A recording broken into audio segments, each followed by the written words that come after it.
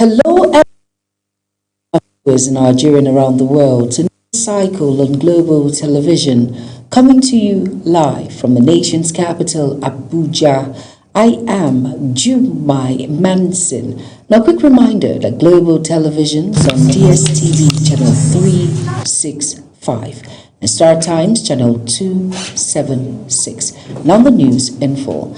President Bola Ahmed Tinubu has pledged to intensify efforts to tackle insecurity across Nigeria. The president spoke while hosting Vice President Kashim Shettima and 23 governors at his Lagos residence during the Eid al-Fitr. Tinubu revealed ongoing engagements with international partners, including the United Kingdom and France, to secure equipment and strategic support to strengthen Nigeria's security architecture.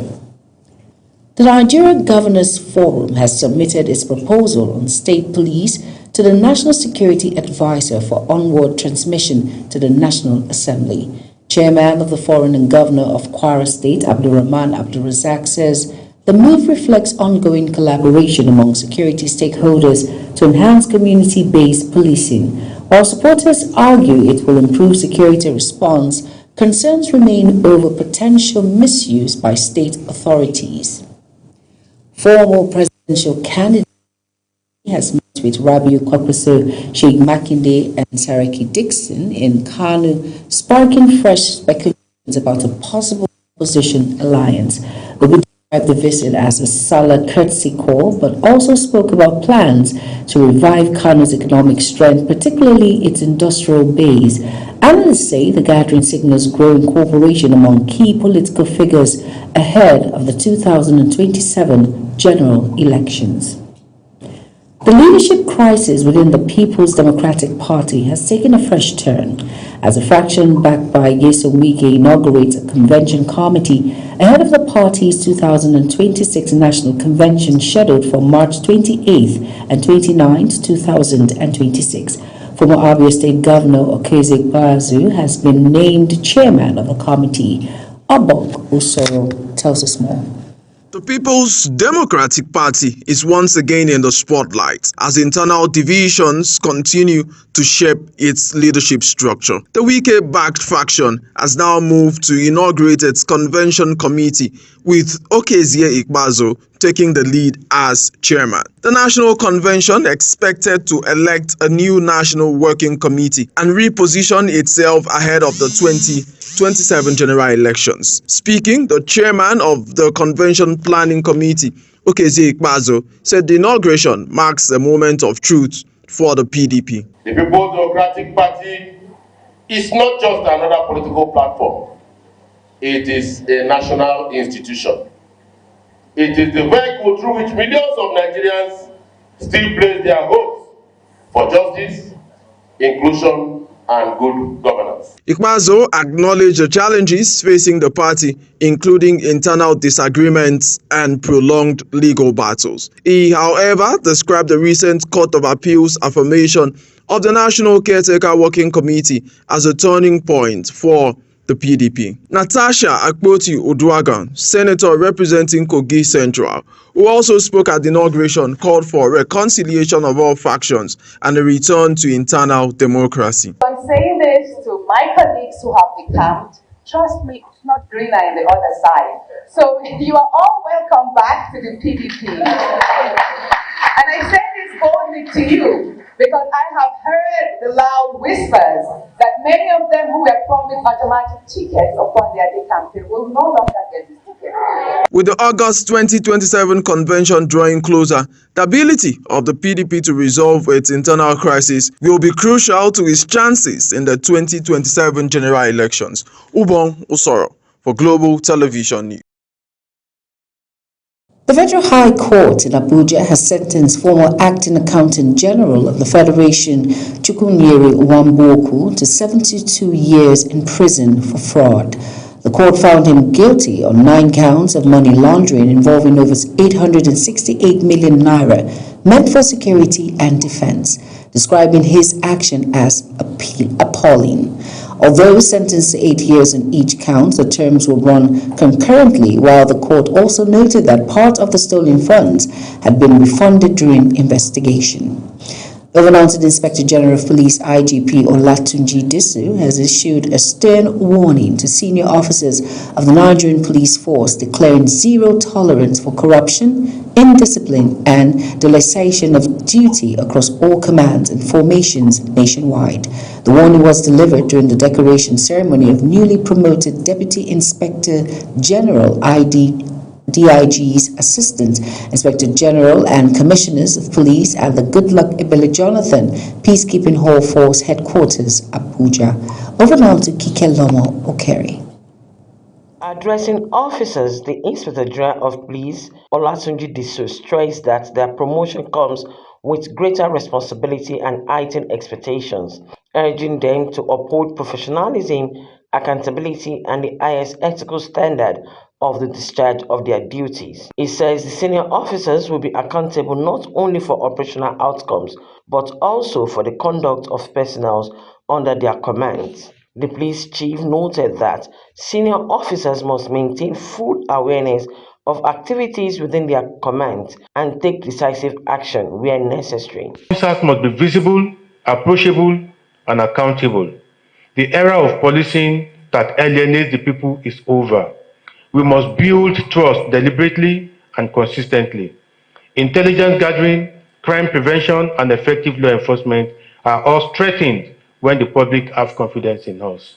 As part of the ongoing reform effort within the force, the police chief announced that all newly promoted DIGs and AIGs will participate in a strategic leadership retreat. The retreat, organized by the Police Reform Secretariat in collaboration with the United Nations Development Programme, is aimed at strengthening leadership capacity, promoting professionalism, and advancing modern policing practice. The IGP noted that the program will provide an opportunity for strategic reflection and alignment, equipping senior officers with the tools required to drive sustainable reform across the force. Provide a platform for critical reflection, strategic alignment, and capacity building to ensure that our senior leader, cadre, is fully equipped to drive sustainable reform across the force. The Inspector General of Police makes it clear that the era of impunity with the force is over, declaring that discipline, transparency, and strict accountability will define the new direction of policing in the country. He vows that no rank will shield erring officers as the Nigerian police intensify efforts to restore public confidence and enforce professional standards across all commands. Kikelomo Okeri, Global Television News.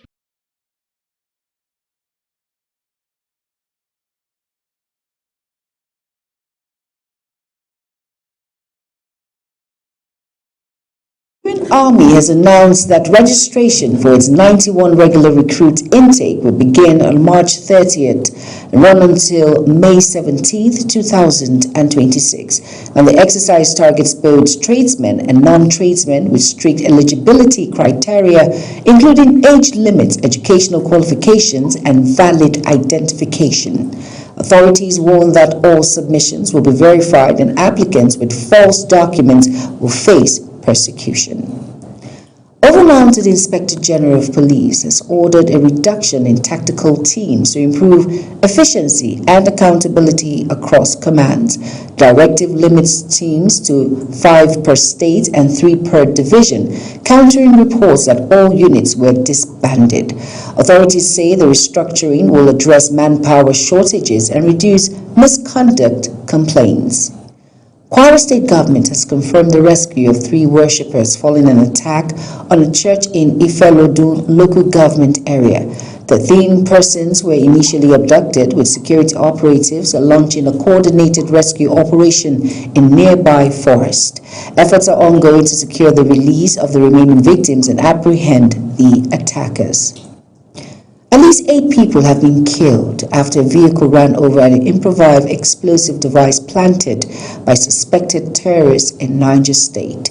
The explosion, which also destroyed a key bridge linking communities in Marugu local government area, has disrupted movement, especially to a major weekly border market. Police say clearance operations are ongoing as security agencies intensify efforts to secure the area and prevent further attacks. You are watching the live broadcast of News Cycle. News Cycle continues after this weather forecast plus business, foreign and sports stories on the other side of this break. Please stay with us. Bringing you the weather forecast for Tuesday. We kickstart the day with morning thunderstorms affecting the coastal cities of Cross River, Akwa Ibom, Rivers and Bayelsa states. Progressing into the afternoon and evening hours of Tuesday, the storms are likely to expand to affect parts of Imo, Abia, Delta, Bayelsa, Rivers, Cross River and Akwa Ibom states. Other parts of the south and north central will see partly cloudy skies throughout the day, while further north, lots of sunshine is expected. That's the forecast. I am Theodora Itum. Thank you for watching.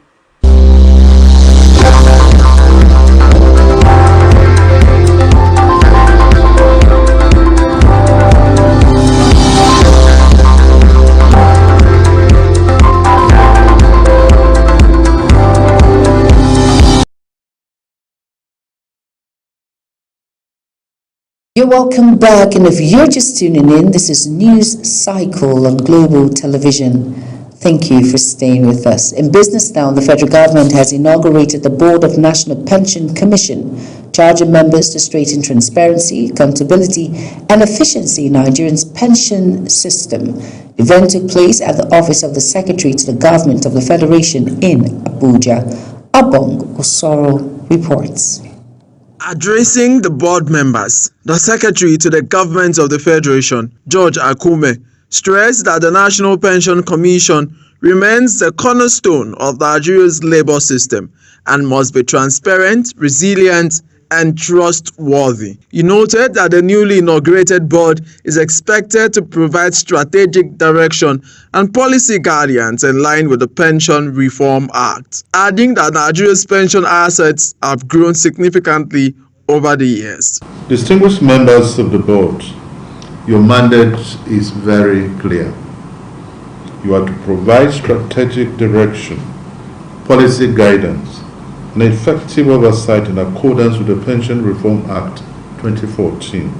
The newly inaugurated leadership includes the chairman, Okpeyemi Abaje, alongside key commissioners such as Charles Sylvester, Bello Abubakar, Samuel Chukwueze, and Hafiz Muhammad. The board chairman, while speaking, said the task ahead is clearly defined, focusing on governance, regulatory oversight, and policy direction to ensure sustainability of the pension system. And we're going to work as a team committed to the national interest and to the interest of the Commission. Our agenda is to help achieve the President's objective of using the pension system as a driver of national development. Also speaking, the Director General reaffirmed the Commission's commitment to working closely with the board to strengthen operations and improve service delivery across the pension sector. What I expect from the board is for us to work collaboratively and to understand that we work for ordinary Nigerians, to make sure that every single decision we take works in the benefit of ordinary Nigerians. The inauguration comes at a time when stakeholders are calling for greater efficiency and trust in the management of pension funds, as millions of Nigerian workers depend on the system for financial security after retirement. Ubong Usoro for Global Television News. The leadership crisis rocking the National Union of Road Transport Workers has taken a dramatic turn as Tajuddin Barawa assumes control of the union's national secretariat in Abuja. Dislodging Ms. Linu Akinsoye, the development follows a series of court rulings that have reshaped the union's leadership structure. Anita Patrick reports. After nearly 2 years of legal battles, the crisis within the transport union appears to have reached a critical point. Tajuddin Barawa, backed by supporters from across the country, moved into the union's national secretariat, insisting his action was in full compliance with court judgments affirming his leadership. Barawa told journalists that both the lower court and the appellate court ruled in his favor, prompting the union to formally notify the police ahead of the takeover. Without telling you, you can see there's a peace. When I say there's a peace, that everybody, all the state chairmen, they are allowed to come to us. This is our office. You know, when we go to security and tell them, they will say that we are not the one in office. Why are we fighting? The people in the office are recognized there. We are illegal people. Despite this, he expressed concern over what he described as a lack of encouraging response from security authorities, maintaining that the union acted within the law and without violence. He added that the move was not a forceful takeover, but a lawful return to office, in line with judicial pronouncements. However, tensions persist, with Barawa alleging that a member of his faction was attacked during the process, though the situation is now under control. Backing the action, the union's scribe, Suleiman Musa, said multiple notices were sent to both the police and those occupying the premises, urging them to vacate in compliance with court order. The president has said it all. All that I want to add is that he is a man of the people. The only thing is nobody is going to be left behind. His administration is an inclusive administration. And even in a family, we used to quarrel, but we used to come back and dialogue and carry ourselves together. Earlier rulings by the National Industrial Court of Nigeria and the Court of Appeal Nigeria had affirmed Barawa as the duly elected president of the union and restrained interference in his administration. While Barawa says he remains open to reconciliation, the latest development signals a deepening crisis within the union, with stakeholders now watching closely to see how the situation unfolds. Anitie Patrick, reporting for Global TV News. The Central Bank of Nigeria has set a medium-term inflation target of 6 to 9% as part of its shift to a full inflation targeting framework. Officials say the policy aims to stabilize prices, guide market expectations, and boost investors' confidence. However, the bank warned that global shocks, including geopolitical tensions and energy price volatility, remains key risk. The Securities and Exchange Commission has given capital market operators 6 weeks to submit recapitalization or license downgrade plans. Directive is part of sweeping reforms aimed at strengthening financial capacity and long-term stability in the sector. Operators are required to submit board-approved implementation strategies ahead of 2027 compliance deadline. On foreign news, flash floods have killed at least 81 people and dispersed thousands across Kenya following weeks of heavy rainfall. Entire communities have been submerged, with farmland destroyed and families forced into evacuation centers. Authorities have issued fresh warnings as more rainfall is expected, raising concerns over worsening humanitarian conditions. The United Nations has warned that the Earth trapped record levels of heat in 2025, raising fresh concerns about the long-term impact of climate change. The warning highlights growing fears over sustained efforts of global warming on the planet. Mukhtar Qasim tells us more. The World Meteorological Organization says the past decade has been the hottest on record, with rising greenhouse emissions disrupting the planet's natural energy balance and driving extreme ocean warming and rising sea levels. The report also shows that key climate indicators continue to worsen, painting a troubling picture for the future. Between 2015 and 2025, we experienced the hottest 11 years on record. In 2025, our glaciers continued to retreat and ice continued to melt. The warming ocean and melting land-based ice are driving the long-term rise in global mean sea level rise. More than 90% of the excess heat is now stored in the oceans, intensifying extreme weather events, accelerating ice melt, and threatening ecosystems across the globe. Scientists warn that the imbalance in the Earth's energy system is increasing, with long-term consequences already being felt. And in the edge of war, climate stress is also exposing another truth. Our addiction to fossil fuels is destabilizing both the climate and global security. Now more than ever, we must accelerate the just transition to renewable energy. Today's report should come with a warning label. Climate chaos is accelerating and delay is deadly. The way ahead must be grounded in science, common sense, and the courage to act. Experts say without urgent global action, rising temperatures and environmental disruptions could worsen significantly, posing serious risks to both human life and global stability. Mukhtar Kasim, reporting for Global TV News. United Kingdom Prime Minister Keir Starmer and United States President Donald Trump have agreed that reopening the Strait of Hormuz is critical to global trade stability. The development comes as tensions escalate with threats of further military action and warnings of prolonged conflict in the Middle East. Officials say the crisis is already impacting global markets, particularly oil supply and economic stability.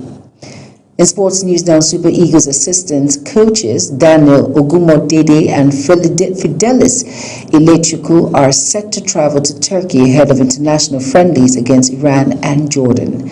Their roles remain under review as the NFF considers straightening the technical crew with more experienced local assistants. The matches are expected to provide key preparation opportunities for the national team ahead of upcoming competitions.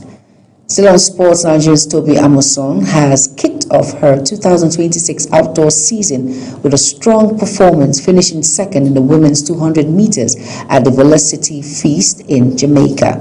The world record holder in the 100 meters hurdles clocked 23.25 seconds, placing behind Elaine Thompson-Herah, while Akara Nagyant came third. In a race that highlighted Amusan's early season speed and fitness. Though not her main event, the outing serves as preparation ahead of key competitions, including the Prefontaine Classic, as the builds towards another competitive season.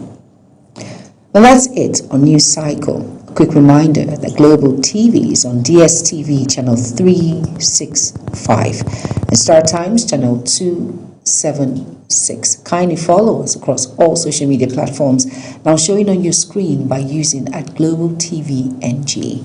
I am Jumai Manson. Thank you for watching. Good evening.